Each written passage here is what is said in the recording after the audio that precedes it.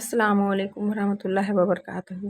میرے پیارے عزیزو، آپ لوگ کیسے ہیں؟ امید کرتے ہیں آپ سب خیریت سے ہوں گے۔ الحمدللہ ہم سب خیریت سے ہیں، اور اللہ کریم سے آپ سب کے لیے دعا کرتے ہیں کہ اللہ آپ سب کی پریشانیوں کو دور فرمائے، اللہ آپ سب کے کاروبار میں خیر و برکت فرمائے، اور جتنے بھی میرے یہ ویڈیو دیکھنے والے ہیں ان پر کوئی مصیبت ناگہانی آئی ہے تو اللہ اپنی رحمت میں سب کو لے لے، سب کی حفاظت اللہ فرمائے اور سب کو اپنے حفظ و امان میں لے۔ اللہ حافظ، فی امان اللہ۔ آپ لوگ دعاؤں میں یاد رکھیے گا، فی امان اللہ۔ چچی نے مہمانوں کے سامنے مجھے تھپڑ مارا تو میری آنکھوں میں آنسو آ گئے۔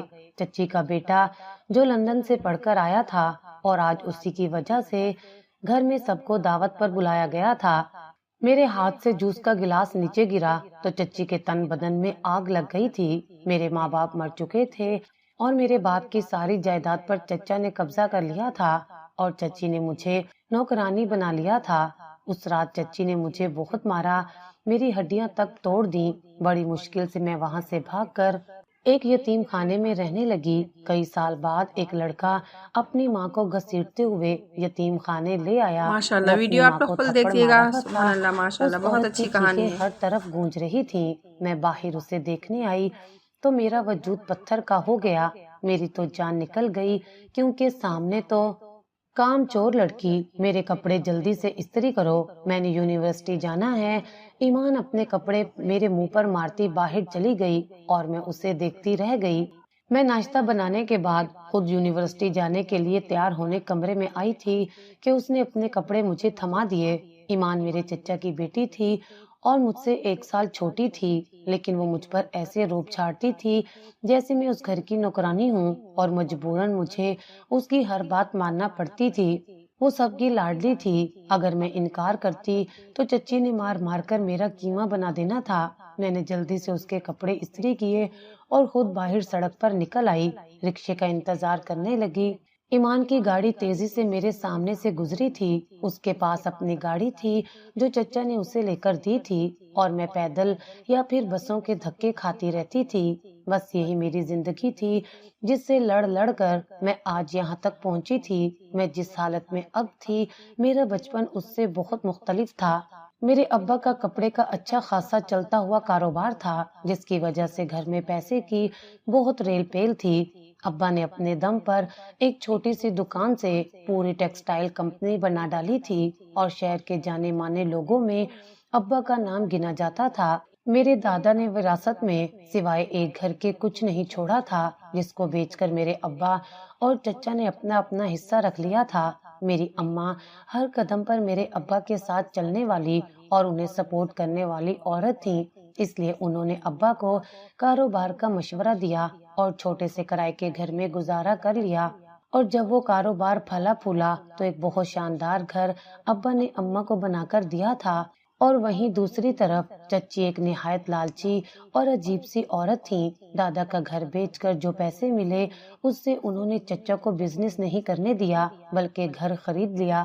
دادا کی چھوڑی وراثت سے میرے ابا نے پروڈکٹیو کام کیا اور خود پیسہ بنا لیا، اور چچا صرف ایک گھر بنا کر نوکری ہی کر رہے تھے۔ ابا نے چچا کے حالات دیکھتے ہوئے انہیں اپنے پاس ابھی تنخواہ پر نوکری دے دی تھی، اور یوں چچا ہماری کمپنی میں کام کرنے لگے تھے۔ میں 7 سال کی تھی جب ایک روز اماں ابا کا ایک تقریب میں جاتے ہوئے ایکسیڈنٹ ہو گیا اور وہ دونوں دنیا سے چلے گئے تھے۔ اماں ابا گئے تو ساتھ میری خوشیاں اور قسمت بھی لے گئے، اور میری جھولی میں دکھ اور بدقسمتی ڈال گئے تھے۔ اماں ابا کے بعد دنیا میں میرے چچا چچی کے علاوہ کوئی نہیں تھا، اور انہوں نے اس چیز کا پورا فائدہ اٹھاتے ہوئے اپنے گھر کو الوداع کہا اور ہمارے بڑے سے گھر میں منتقل ہو گئے۔ صرف اتنا ہی نہیں، چچا نے گھر اور کاروبار بھی اپنے نام پر کر لیا تھا اور میرے ابا کی محنت کی کمائی پر اپنا حق جتانے لگے تھے۔ وہ گھر جسے میری ماں نے کتنی خواہشوں سے بنایا تھا، وہ چچی کے قبضے میں جا چکا تھا، اور میں اپنے ہی گھر میں ایک نوکرانی بن کر رہ گئی تھی جس کی ضرورت نہیں تھی۔ ہونے نہ ہونے سے کوئی فرق نہیں پڑتا تھا۔ چچا چچی اپنے بیٹے عباس اور بیٹی ایمان کے ساتھ میرے گھر پر قابض ہو گئے تھے۔ کچھ وقت تک چچا چچی نے لوگوں کو دکھانے کے لیے میرے خوب ناز نخرے اٹھائے، لیکن پھر مجھے یوں گھر میں ایک کونے میں پھینک دیا گیا جیسے میں کوئی فالتو چیز ہوں۔ میں جیسے جیسے بڑی ہوتی گئی میرا کانفیڈنس لیول کم ہوتا گیا اور بے بسی بڑھتی گئی۔ میں بھی ایمان کی طرح انجوائے کرنا چاہتی تھی زندگی کو، لیکن میرے لیے تو چچی نے زندگی کو حرام کر دیا تھا۔ میرے میٹرک کے پیپرز تھے جب تو چچی نے تب بھی مجھے کوئی رعایت نہیں دی تھی اور اپنے بیٹے عباس کی سالگرہ کی تقریب کا آدھے سے زیادہ کام مجھ سے کروایا تھا۔ انہوں نے مجھے نوکرانی بنا کر رکھا ہوا تھا اور میں سوچتی تھی اگر اماں ابا زندہ ہوتے تو میں اس گھر کی رانی ہوتی، نوکرانی نہیں۔ میٹرک میں نے اچھے نمبروں سے کر لیا تو چچی نے کہہ دیا اب آگے پڑھنے کی ضرورت نہیں ہے، گھر بیٹھو اور گھر سنبھالو۔ لیکن میں پڑھنا چاہتی تھی اور اس سے بھی بڑی بات کہ پڑھائی کے بہانے کچھ دیر کے لیے گھر سے دور رہتی تھی تو سکون ملتا تھا۔ سارا دن گھر میں رہنا پڑ جاتا تو مجھے ڈپریشن کے دورے پڑ سکتے تھے۔ میں نے منتیں ترلے کر کے کسی نہ کسی طرح چچی کو منا ہی لیا تھا اور پھر کالج میں داخلہ بھی لے لیا تھا۔ کالج کے بہانے گھر سے دور رہنے کا احساس جتنا سکون دینے والا ہوتا تھا میں بتا بھی نہیں سکتی تھی۔ میں نے FSC شاندار نمبروں کے ساتھ پاس کیا تو چچی کی ایک بار پھر یہی رٹ تھی کہ تم اب نہیں پڑھو گی، اور مجھے یہ سوچ کر ہی ہول اٹھنے لگتے تھے۔ میں یونیورسٹی داخلہ لینا چاہتی تھی لیکن فیس زیادہ تھی اور چچی نے صاف کہہ دیا تھا وہ لوگ مجھے آگے کی پڑھائی کے لیے ایک پیسہ بھی نہیں دیں گے، مجھے اگر پڑھنا ہے تو خود کے بلبوتے پر پڑھوں۔ میں حیرت سے چچا چچی کو بس دیکھ کر رہ گئی تھی جو میرے ہی پیسے مجھے ہی دینے سے انکار کر رہے تھے اور اپنے بیٹے عباس کو اعلیٰ تعلیم کے لیے امریکہ بھیج دیا تھا۔ میرے باپ کے پیسوں پر سبھی عیش کر رہے تھے سوائے میرے، اور اوپر سے بے بسی یہ کہ میں کچھ کر بھی نہیں سکتی تھی۔ میں تو ان گزرے ماہوں سال میں ایسی ہو گئی تھی کہ پلٹ کر جواب دینے یا اپنے لیے سوال کرنے کی ہمت تک نہیں رکھتی تھی۔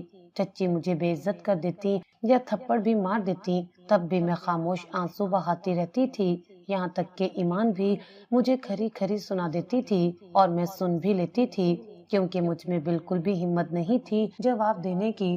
میں نے 1-2 یونیورسٹیوں میں اسکالرشپ کے لیے اپلائی کر دیا اور اپنی قسمت سے مایوس ہو کر بیٹھ گئی تھی کہ اب 24 گھنٹے گھر میں رہ کر مجھے چچی کی چاکری کرنی ہوگی، 1 منٹ بھی سکون کا نہیں ملے گا۔